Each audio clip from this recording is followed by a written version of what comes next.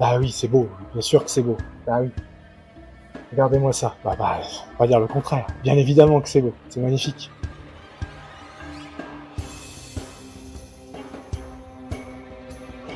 You are not prepared for what is to come.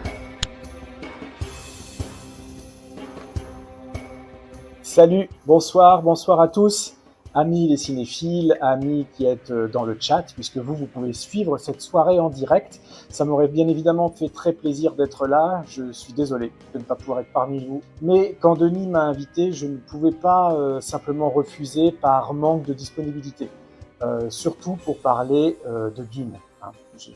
Accessoirement, j'ai quand même pondu ça il y a quelque temps.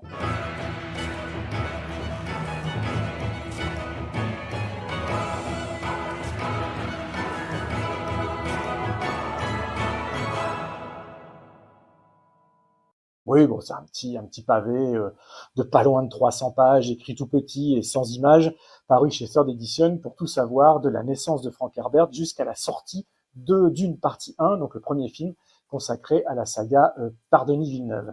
Donc, Denis m'a demandé d'intervenir ce soir et je ne voulais pas vous planter. Ça me tenait trop à cœur et puis j'aime trop cette chaîne, j'aime trop votre compagnie, donc je voulais participer à mon niveau. Puis je me suis dit, après tout, qu'est-ce que j'aurais fait si j'étais avec vous en live? Eh ben, je me serais lancé dans une longue présentation d'un quart d'heure, 20 minutes, à laquelle après vous auriez réagi, on aurait pu débattre. Donc là, vous allez réagir et débattre sans moi, mais ça ne va pas m'empêcher de faire ce petit laïus d'un quart d'heure, 20 minutes. Pour vous dire quoi? Bah oui, bien sûr que j'ai vu d'une partie 2. Bien évidemment que j'ai vu d'une partie 2. Dire que c'est l'un des films les plus attendus de 2024, je pense que c'est un doux euphémisme. Dire que ça fait un carton, c'est encore un plus gros euphémisme. On va essayer, dans le quart d'heure qui vient, de s'interroger à pourquoi c'est un tel carton et est-ce que ce carton fonctionne ou pas sur moi, qui est quand même pas mal creusé le sujet pendant un bon moment. Voilà. Donc je vais faire une partie comme un vrai youtubeur finalement, hein, que je ne suis pas, je le rappelle. Donc je vais faire une première partie sans spoiler. Là vous pouvez suivre comme vous voulez. Et après par contre je vais devoir y aller parce que sinon je peux juste pas argumenter le pourquoi j'ai aimé certaines choses, pourquoi il y en a d'autres que j'ai beaucoup moins appréciées, etc. Donc un petit rappel des faits. Euh, Fin 2021, je suis au Grand Rex et je suis quelque part sur cette photo-là qu'ils sont en train de prendre. Donc forcément, c'est un super souvenir. C'était vraiment juste à la sortie de cette période Covid qui nous a tous mis par terre. C'était le premier gros événement depuis la pandémie, c'est-à-dire le premier gros événement où on était tous rassemblés dans une salle, alors certes masqués, mais avec l'équipe du film qui venait présenter quelque chose d'un peu extraordinaire, ce que beaucoup continuent de juger inadaptable, en tout cas continuent de juger inadaptable avant que Villeneuve s'en charge, donc pour célébrer Dune sur grand écran au Grand Rex en présence de l'équipe et c'était une super soirée. J'étais avec mon poteau Romain Dasnois et on s'était, j'avoue, régalé de ce Dune première partie. Voilà. Pour poser les bases, je ne suis pas du tout un adepte du cinéma de Villeneuve. Je m'explique. J'aime beaucoup sa façon de filmer. Je trouve qu'il fait des plans absolument magistraux. Généralement, avec une lumière plutôt impeccable et en tout cas intéressante. Mais, je me pose en pourfendeur de son Blade Runner 2049 que j'ai viscéralement détesté. Pourquoi? Parce que autant, pareil, lumière, image, composition des cadres, plutôt symétrique, etc., c'est magnifique. Voilà. Mais, j'ai trouvé le scénario absolument catastrophique, mais catastrophique, dans la mesure où il faisait, à mon sens, hein, ça n'engage que moi, absolument n'importe quoi des personnages iconiques que sont Descartes et Rachel. Je pense qu'il répondait très maladroitement à la question de savoir si Descartes était un répliquant ou non. Je pense qu'il répondait très maladroitement aussi à cette histoire de rencontre en fait programmée entre les deux personnages. Bref, je n'ai pas aimé du tout ce qu'il en a proposé. J'ai trouvé l'humour balourd entre les hologrammes d'Elvis, de Marilyn et tout ça. Ça m'a complètement perdu. J'aurais préféré à la limite qu'il fasse une proposition 100% nouvelle, sans s'occuper du tout des anciens personnages, qui laisse le Blade Runner d'origine tel qu'il était, c'est-à-dire un des plus grands classiques de la SF, mélangé au style film noir, magnifique avec la musique de Vangelis qui tourne en boucle à la maison. Et là, de voir ce film beau, très beau formellement, mais qui ne comprend rien à sa matière première selon moi, et y compris au niveau de la musique, assumée par Hans Zimmer et Benjamin Wallfisch de mémoire, qui allait puiser chez Vangelis des thèmes spécifiques qui ne posaient pas au bon moment et qui n'avaient ni queue ni tête.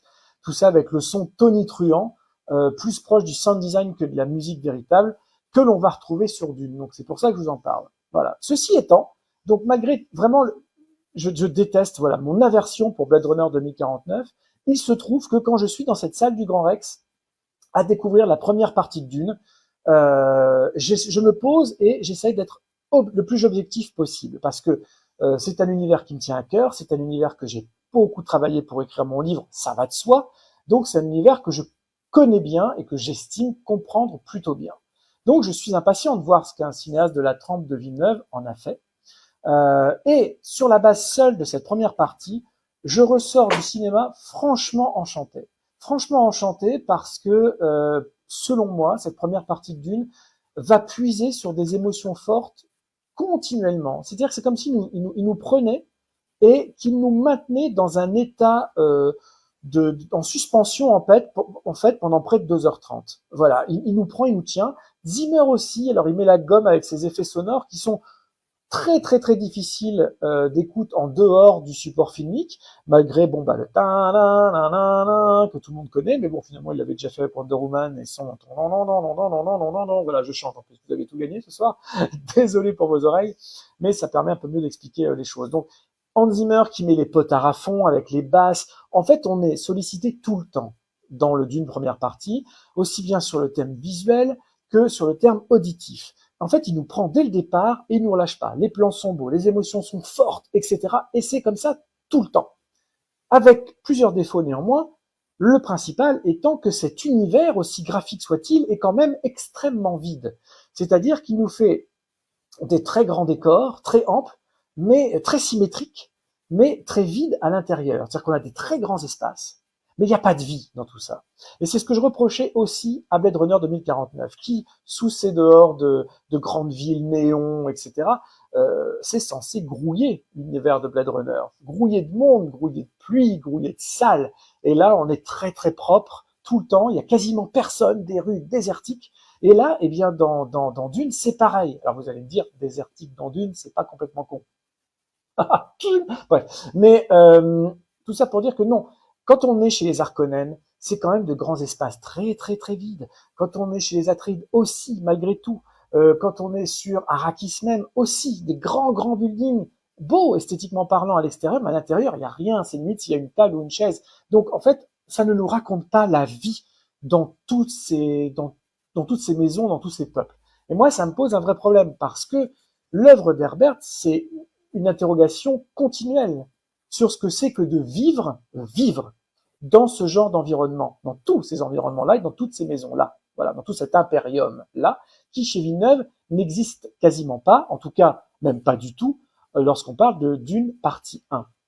Il y a des personnages absents, on ne rencontre pas la princesse Irulan, hérésie, on ne rencontre pas l'empereur, on ne rencontre pas Feyd-Rautha dans la première partie, et du coup, quand cette première partie finit à peu près à la moitié du livre, eh bien je me dis, bon, il a respecté l'intrigue.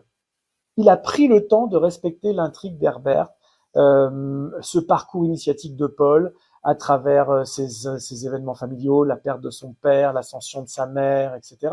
Sa propre ascension à lui, bien sûr, sa rencontre avec les Fremen, sa rencontre avec Chani, potentielle, dont on voit pas grand-chose dans le premier film, dont on comprend très vite ce que ça va devenir. Bon, si vous avez lu le bouquin ou vu le film de Lynch, ou encore mieux, on en parlera plus tard, la mini-série de John Harrison en 2000 tout pile, vous comprendrez forcément de quoi je parle. Donc, je sors de ce premier Dune franchement satisfait, plutôt ébloui par la proposition, et je me dis deux choses. Je me dis, waouh, putain, quand même, il a réussi à mettre Dune à la portée de tout le monde, et ça, c'est pas gagné. Voilà. Mais, contrepartie, il a réussi à le faire en simplifiant le propos à outrance. J'insiste bien, à outrance. Il n'y a quasiment plus rien de la politique de Dune de Frank Herbert. Il n'y a quasiment rien de l'impérium du Dune de Frank Herbert. Et il n'y a encore presque rien, même du Messiah, je veux dire, de la mission messiaque de Paul. Mais ça, c'est normal puisque c'est réservé à la deuxième partie. et je vais y venir forcément dans pas longtemps. Donc j'en ressors quand même ébloui, émoustillé, avec une envie certaine de voir la partie 2, qui, rappelons-le, au moment de la sortie 1 n'était pas encore signée. Donc là, imaginez, frustration totale, s'engager sur un film sans fin comme ça, quand on n'a pas l'assurance de faire la suite, c'est quand même très risqué et très décevant pour le public au cas où ça ne se ferait pas. Donc ça, je suis toujours un petit peu limite avec ça. Mais toujours est-il que voilà, le film se tenait, il suivait bien la trame de Frank Herbert en oubliant plein de choses, mais comme on avait cette promesse de partie 2, on se dit, c'est pas grave, ça va venir. Transition, Dune, partie 2 arrive.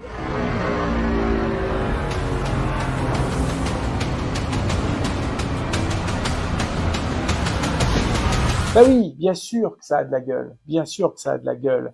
Et je vais essayer de bien me faire comprendre tout de suite. J'ai aimé Dune partie 2. Je l'ai aimé. Je trouve que c'est un gros morceau de cinéma, que techniquement c'est plutôt irréprochable, et que c'est très bien joué, que c'est très bien écrit, et que le film se tient en tant qu'œuvre cinématographique unique et indépendante de ce que l'on peut connaître du livre ou de ce que l'on peut avoir déjà vu dans les précédentes adaptations. Pour la petite histoire, je suis allé voir le film avec mon épouse, avec Émilie, et qui n'a pas lu les livres, qui ne connaît pas l'histoire, qui a quasiment pas de souvenir de Lynch et qui n'a pas vu la mini-série ou très peu. Donc, elle a pris cette histoire-là dans la face et elle a beaucoup aimé. Et je pense que ça, c'est comme ça qu'on peut le mieux apprécier la proposition Villeneuve, parce qu'au final, ça reste la proposition Villeneuve, et je m'attendais pas à ce point-là. Et c'est là où, malgré tout le bien que je pense de la qualité de ce film, eh bien, il me perd malgré moi. Parce que, qu'on le veuille ou non, quand on connaît le roman, plutôt très bien, quand on connaît l'histoire, et qu'on découvre la version qu'en fait Denis Villeneuve, on ne peut qu'être à plein d'endroits surpris du manquement, des ellipses à outrance, plutôt de l'absence d'ellipses. C'est-à-dire que là, le film d'une partie 2 chez Villeneuve, tout se passe en 6 mois. Et on a un repère visuel très facile pour ça, c'est le ventre de Lady Jessica, qui est enceinte, voilà, de la petite sœur de Paul. Mais sachez que, juste ça, dans le livre, il se passe pas 6 mois, il se passe 5 ans. 5 ans d'histoire, et 5 ans nécessaires au développement des personnages principaux, que sont Paul, Jessica, Chani, et même tous les gens qui gravitent autour, voilà. Que ce soit Fremen ou Harkonnen, de Fade, bien évidemment, ou de la princesse Irulan, que l'on découvre enfin là, au tout début de partie 2, en se demandant mais d'où elle sort celle-là. C'est un peu tard. Voilà. Donc moi, je suis devant le film, et sans encore trop vous dévoiler ce qui pose problème dans l'intrigue, je me dis, mais comment il va faire là pour rattraper le temps qu'il a plu? Comment il va faire? Je sais pas, j'ai pas minuté, mais le film démarre, on voit la princesse Irulan, mais on voit pas Fade. On voit pas Fade. Il intervient peut-être de mémoire après 1 heure de film. Je me dis, mais il n'a pas le temps. Comment il va faire pour raconter l'histoire de Fade, pour raconter les coulisses politiques de cette famille Harkonnen? Comment il va faire? Eh ben, en fait, c'est très simple. Il fait pas. Et c'est là où il me perd. En tant que spectateur, parce que du coup, il me renvoie sur mon siège. Moi, spectateur connaisseur, il me renvoie sur mon siège et je ne suis plus dans le film. Je me dis, ah zut, ah, il n'y a pas ça, ah, il n'y a pas ça, ah, il n'y a pas lui, ah, il n'y a pas elle, oh la vache. Et c'est des événements graves dont je vais vous parler en partie spoiler presque tout de suite. Mais avant ça, un mot quand même sur l'esthétique, parce que avant de faire cette vidéo et avant même d'aller voir le film, je suis allé voir quelques réactions sur YouTube qui sont honnêtement quasiment toutes dithyrambiques. Le plus grand film de SF de tous les temps pour certains, en tout cas déjà le meilleur film de l'année, voire plus pour d'autres. Certains youtubeurs plutôt renommés n'hésitent pas à dire que ceux qui trouveront du mal, ou pas du mal, mais des choses à redire sur ce film sont de mauvaise foi, etc. Je suis désolé, je suis obligé de leur répondre tout de suite. Non, c'est pas de la mauvaise foi. Oui, le film est magnifique, mais est-ce que c'est une bonne adaptation? Là, la réponse est clairement non. En tout cas, c'est une adaptation ultra incomplète. D'autres me répondront encore, et peut-être même vous, parmi vous ce soir, est-ce qu'une adaptation doit être fidèle à son œuvre originelle? Est-ce que finalement La planète des singes, le film, c'est pas mieux que le roman de Pierre Boulle? Si, surtout au regard de ce que la saga en son entier est revenue, les films sont devenus beaucoup plus intéressants que le roman d'origine. Moi, je pense, en tout cas c'est ma position, que quand on s'attaque à une œuvre aussi culte, et comme en plus dans le cas de Villeneuve, il revendique aimer à ce point, ouais, on doit la respecter. On doit la respecter. Parce qu'encore une fois, il est fait dans la partie 1. Mais et je suis en plein travail là-dessus en ce moment pour le livre que je suis en train de finir d'écrire sur un autre sujet, mais qui est très proche. C'est ce que j'appelle le moment où les metteurs en scène, les scénaristes, puisqu'il est co-scénariste, etc., donc c'est vraiment l'œuvre qu'il maîtrise de A à Z, Villeneuve, eh bien, c'est ce que j'appelle le complexe de Dieu. Et quand on parle de Dune, c'est pas aberrant de parler de complexe de Dieu. C'est-à-dire ce moment où un cinéaste, recréateur d'une œuvre, se sent suffisamment à l'aise avec l'univers pour se dire, tiens, moi, je prends cette œuvre culte et je la modifie. Voilà. Je vais plutôt faire dire ça à tel personnage. Je vais plutôt enlever ça et puis passer ça. Alors ok, souvent c'est par gain de temps, mais le temps, là dans le cas de Dune partie 1 et 2, je suis désolé, il l'a perdu tout seul. Il s'est fermé des portes. Et bien évidemment que quand il attaque Dune partie 2, il n'a plus le temps de traiter les sujets parmi les plus importants du seul premier roman. Je ne parle même pas de la saga en son entier, mais du seul premier roman Dune de Frank Herbert. Et là, je vais devoir passer en section spoiler. Je te laisse aller, aucune pitié, aucune miséricorde. Donc il se passe 5 ans dans le désert. Il se passe 5 ans normalement dans le livre, dans ce film-là. Et pour vous donner, pour ceux qui ne le sauraient pas, juste quelques idées. D'abord, le bébé de Jessica naît. Alia, c'est une petite fille qui va avoir une importance capitale parce que, et ça, Villeneuve le montre par l'intermédiaire du fœtus, très bonne idée, s'il ne s'était pas contenté du fœtus qui parle à sa mère dans le ventre, etc., qui a déjà cette préscience et qui est déjà si intelligente et si ouverte aux vies passées, etc. C'est primordial, mais c'est une petite fille qui naît. C'est une petite fille qui va évoluer en 4 ans seulement, qui va avoir un langage extrêmement important, qui va se retrouver en face du baron Harkonnen. C'est elle qui, à 4 ans, assassine le baron Harkonnen, assassine son grand-père.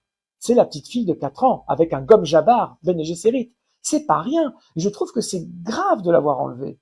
C'est grave. Dans le même temps, Chani et Paul ont une vraie romance, tombent amoureux sur le long terme et ont aussi un enfant, un fils qu'ils appellent Leto, en hommage au père décédé de Paul. Et cet enfant est tué. Il meurt lors d'un raid, non pas des Harkonnen, mais des Sardaukar.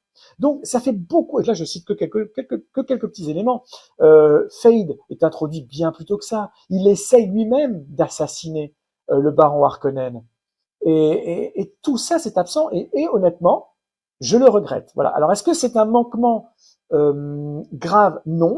Enfin, si, pour moi, oui, mais pour le public, on va dire lambda, et je le dis sans malice, vraiment pas, de manière pas péjorative, non, c'est pas un problème, ça simplifie la chose, et finalement, le parcours de Paul, lui, est plutôt bien raconté, et plutôt fidèle au roman. Si ce n'est que, dans son souci de réalisme à tout prix, eh bien, Villeneuve n'ose pas aller au bout des choses, selon moi. Il introduit même le doute chez les Fremen de Paul est-il réellement le Messie ou pas? La prophétie est-elle vraiment sur le point de s'accomplir? Est-ce que c'est vraiment celui qu'on attend? Est-ce que c'est vraiment Muad'Dib? Voilà. Et ce doute-là va ménager, selon moi, la chèvre et le chou aussi auprès du public. Croyant, non croyant, quel que soit votre attachement religieux ou votre filiation religieuse, finalement, vous pouvez suivre Paul ou vous attacher à certains groupes des Fremen plutôt que d'autres. Le doute est permis chez Villeneuve, là où il l'est beaucoup moins, et encore moins quand on lit les suites des romans de Frank Herbert. Voilà. Donc ça, je trouve ça dommage, timide, froid. De même qu'on n'ose plus employer le terme de djihad, qui figure à quasiment toutes les pages chez Herbert, parce que avec les consonances qu'on en a au niveau contemporain, ça pourrait être trop mal interprété, et du coup on n'ose pas. Et ça, je le regrette. De même, les déviances totales du baron Harkonnen sont ici transformées à la sauce, eh bien, on va dire, bien pensante de nos codes moraux actuels. Il faut savoir que dans le livre, et c'est revendiqué par Frank Herbert, le baron Harkonnen est homosexuel, pédophile et incestueux. Il est les trois, en plus d'être un assassin complètement psychopathe. Donc, mais là, dans le film de Villeneuve, on nous montre bien qu'il tue des femmes. Parce que aujourd'hui, l'homme blanc doit tuer les femmes. Un homosexuel ne peut pas tuer les femmes. Un noir ou peu importe l'ethnie, on ne peut plus se permettre de faire ce genre de choses. Or, c'est dans l'œuvre originelle. Il fut une période de sa vie où Frank Herbert était, j'ai envie de dire, malgré lui, presque ouvertement homophobe, tenait en tout cas des propos ouvertement homophobes, ou en tout cas ne comprenait pas l'homosexualité telle qu'il l'aurait dû dans les années 60, et même plus tard dans les années 70. Moi, je l'ai entendu tenir des propos dans les conférences que j'ai pu entendre, absolument abjects sur le choix que font les homosexuels de ne pas assurer la survie de l'espèce humaine. Ce genre, on en est à ce genre de considération. Et quelque part, faire un film lisse comme ça, où finalement c'est encore les grands méchants hétéro-blancs qui font le mal et toutes les autres communautés qui sont toutes bien pensantes ou qui n'ont pas ce genre de problème ou qui qui n'ont pas ce genre de. C'est délicat ce que je dis, hein, je le sais bien, donc faut pas méprendre ce que je dis. Je trouve que toutes ces causes-là sont très bonnes à défendre, mais pas n'importe comment, parce que bien sûr qu'il y a des homosexuels, des religieux, des noirs, des blancs, des jaunes, qui sont absolument géniaux, humainement, moralement, enfin tout quoi. Mais il y a aussi des gros connards. Et ce, dans toutes les catégories de gens. Et en fait, quand on se prive aujourd'hui de raconter l'histoire qu'on veut raconter, et encore là, encore pire, là, l'histoire telle qu'elle a été racontée, oui, ça me pose un vrai problème. Parce que du coup, encore une fois, ça me sort du film. Je dis, ah ouais, encore. Voilà. Moi, ça me pose un problème. Et ça me pose encore plus un problème sur le personnage de Shani. Voilà, le personnage de Shani, qui est là présenté comme une femme forte de chaque instant. Je dirais, elle tombe amoureuse de Paul, certes, mais elle ne le soutient quasiment jamais. Quasiment jamais. Et à la fin, elle prend même position contre lui. Et elle part au combat diriger une escouade chez Villeneuve. Non, Shani, ce n'est pas ça. Le dernier mot du livre d'Herbert, c'est le mot épouse. Alors oui, on est dans les années 60. Oui, ça peut paraître désuet. Mais dans la bouche de Jessica, quand elle précise ça à Shani, c'est un mot positif, c'est un mot beau, c'est un mot très très noble. J'en dévoile pas plus, vous lirez le bouquin au moins dans les paragraphes. Voilà. Shani n'est pas la seule à rester debout alors que tout le monde s'agenouille devant l'homme de sa vie. Elle ne part pas seule dans le désert pour prouver son désaccord. Et là, on est trop dans un cinéma purement contemporain qui, quelque part, blanchit, sans mauvais jeu de mots, les intentions de l'auteur originel, et ça me pose un gros problème. Pour toutes ces raisons, je ne peux pas m'emballer devant Dune partie 2. Malgré sa forme est plutôt somptueuse. La qualité des effets spéciaux est extraordinaire, les ornithoptères, les moissonneuses, etc. Tout ça est magnifique. Les dimensions, les échelles, humains, Fremen, l'échelle du Ver des Sables, qui est magnifique. Mais là encore, Ver des Sables chez Villeneuve, tout le monde se pavane dessus. On les voit peu. On les voit trop peu. Comment créer de l'épique? Normalement, ça finit quand même par une armée de Fremen qui chevauchent des Vers des Sables pour arriver sur Arrakeen. Et on les voit, mais on voit quoi? On voit des bottes de sable un peu gigantesques qui sont menées. Voilà. Mais regardez ce qu'ils faisaient dans la mini-série il y a 24 ans de ça. Ok, ça a 24 ans. Mais regardez bien quand même. C'était ambitieux. À défaut d'être parfait visuellement parce que c'est de la télé d'il y a 24 ans et que le budget n'était pas les mêmes du tout que ceux qu'on pouvait mettre en télévision aujourd'hui, c'était ultra ambitieux, ça respectait vraiment le livre à la lettre, et il y a certains plans d'anthologie malgré tout, et y compris sur les vers.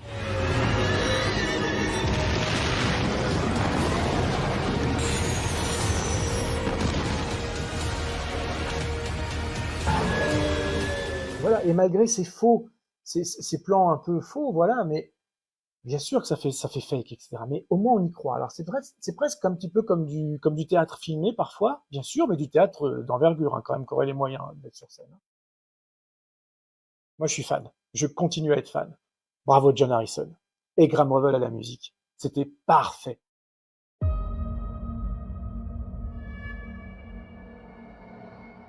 Oui, les effets spéciaux sont datés. Oui, il y a un côté très théâtral et beaucoup moins crédible. Mais ils osaient une sortie de Shai Hulud. Ils osaient le montrer. De même, les scènes de bataille n'ont pas de gigantisme. Je suis désolé, elles n'ont pas ce gigantisme. Elles sont un peu propulsées parce que Zimmer met la gomme, met les curseurs à fond. Et du coup, au point que lorsque le combat entre Paul et Fate survient, eh bien, c'est l'absence de musique soudaine qui crée cette tension finalement. Parce que les plans, ils sont pas si dingos que ça. Le combat au corps à corps, il est pas si bien filmé que ça. De même, on enlève la dimension shakespearienne qui est présente dans les livres, où Fade, en fait, est un lâche, qui, sous ses airs de bravoure, empoisonne sa dague. Voilà, là, pas du tout. Il n'y a pas tout ça. Donc, il y a beaucoup trop de manquements. Et même, mais souvenez-vous des Vers des Sables, même chez David Lynch, on est en 1982. Alors oui, là aussi, les effets sont datés, mais quand Kyle MacLachlan chevauchait son verre, on était vraiment dessus. On voyait plus le verre que là, chez Villeneuve. Pourquoi? Parce que il y a ce sentiment, de cette volonté de réalisme omniprésent qui se justifie. Hein. C'est un choix hyper noble, hyper intéressant. Et encore une fois, je le redis pour enlever toute ambiguïté, oui, le film se tient à lui seul, et oui, il est beau visuellement, il est intéressant. Mais en tant que connaisseur et amateur de l'œuvre, je pense qu'on ne peut pas se laisser embarquer si totalement que ce qu'on veut bien laisser entendre ou ce qu'on devrait ressentir. En tout cas, moi, j'y arrive pas. Ceci dit, je pense qu'à mon deuxième visionnage, comme j'aurais plus cet effet de surprise et que je ne serais plus surpris par ce qui manque, je me laisserais peut-être un peu plus embarqué par la proposition cinématographique seule. J'attends que ça. Et je pense très, très sincèrement que c'est ce qui va se passer, parce qu'encore une fois, formellement, c'est très beau, etc. Je regrette toujours l'absence de chaleur sur Arrakis. J'y ai cru au début. La toute première séquence, on est avec ce soleil un peu rougeâtre, etc., qui est très intéressant et très beau, et où là, on a un peu chaud enfin sur Arrakis. Mais tout le reste du temps, non. On retrouve la lumière très blanchâtre du premier film, les cheveux au vent tout le temps, on n'a pas chaud. On n'a pas chaud, on n'a pas le sentiment que cet environnement est insupportable. Quand on revoit, je vous en remets un petit peu, des images de la mini-série, qui tournaient sur des fonds imprimés dans des studios à Prague en plein hiver, c'est plus rouge, la colorimétrie est plus chaleureuse que ça et on ressent plus de ça. Et même pour le décorum dans tous les mondes, dans toutes les familles, dans toutes les maisons, etc. De toute façon, moi, la mini-série reste ce que je vous conseillerais de plus en termes d'adaptation scénaristique. Alors, ok, bien sûr qu'elle n'a pas l'ampleur et les moyens que déploie Villeneuve et qu'elle n'a pas cette emphase que déploie Villeneuve et qu'elle peut même paraître très barbatrice pour son côté théâtral, mais bon sang de bois en termes d'écriture, c'est largement supérieur. C'est largement supérieur aux deux films de Villeneuve réunis. Et pour ceux qui disent que, en fait, on peut pas adapter le bouquin, il faudrait 3 films, mais non. Là, Villeneuve, il a pris quasiment 6 heures pour adapter le premier livre. La mini-série d'origine, c'est 3 fois 1h30 et tout est raconté. Voilà, tout est raconté. Il y a très peu de déviance dans la mini-série en termes de respect du livre et de scénario. Voilà, bien évidemment, visuellement, ça reste ce que c'est, quoique, encore une fois, c'est pas dégueulasse. Voilà, donc j'ai été très long. Je vais être un peu obligé de m'arrêter là. Finalement, j'ai fait presque une demi-heure, mais c'est ce que j'aurais fait si j'avais été avec vous en live. Donc, je suis sûr que vous m'en pardonnerez. Donc, je remets les pendules à l'heure. Très grand film, très bel objet de cinéma, très grand objet de cinéma. Mais l'adaptation, pour moi, il est passé à côté de l'essence. Voilà. Par contre, je l'ai pas dit, très réussi cette montée progressive du questionnement religieux. Ça, oui, ça c'est très réussi, y compris à travers ses travers. Voilà. Ou peu importe le moindre fait et geste que fait Paul, et ben finalement Stilgard va réussir à le rattacher à la prophétie d'une manière ou d'une autre, parce que quand on veut croire, on croit. Voilà. Et exactement de la même façon, quand on veut pas croire, on croit pas. Voilà. Alors que chez Herbert, c'est encore une fois un peu plus nuancé que ça. Mais bon, là, ça c'est réussi parce que quasiment les 3 heures de film ne se concentrent que là-dessus. Donc il a clairement choisi un axe. Je lui reproche par contre d'avoir développé des sous-intrigues qui chez Herbert sont pas si intéressants que ça. Par exemple, la relation entre Margot et Fade, qui donnera lieu à un enfant illégitime. On apprend plus tard dans les bouquins que ce sera une petite fille, mais c'est vraiment quelque chose de très très mineur. Et là, on sent juste que Villeneuve fait ça parce qu'il met en place quoi? Il met en place, pas forcément la suite avec le Messie de Dune, mais en tout cas la série télé qu'il envisage depuis le début sur les Bene Gesserit. Donc en fait, il s'attarde sur les choses qu'il va pouvoir mettre en place sur la partie 3, sur le Messie de Dune, où on voit Anya Taylor-Joy, je crois, dans le rôle d'Alia, dans une vision de Paul. Ça, c'est plutôt une bonne petite surprise, mais elle aurait dû être là, Alia. Elle aurait dû être là, tout de suite. Il y a trop de manquements. Voilà. Bon, je suis très long, excusez-moi. Des bises à tous. J'espère que vous m'en voudrez pas trop. En tout cas, c'est sorti du cœur. Mais encore une fois, très bel objet de cinéma. Mais en termes d'adaptation, je suis déçu. Voilà, c'est comme ça.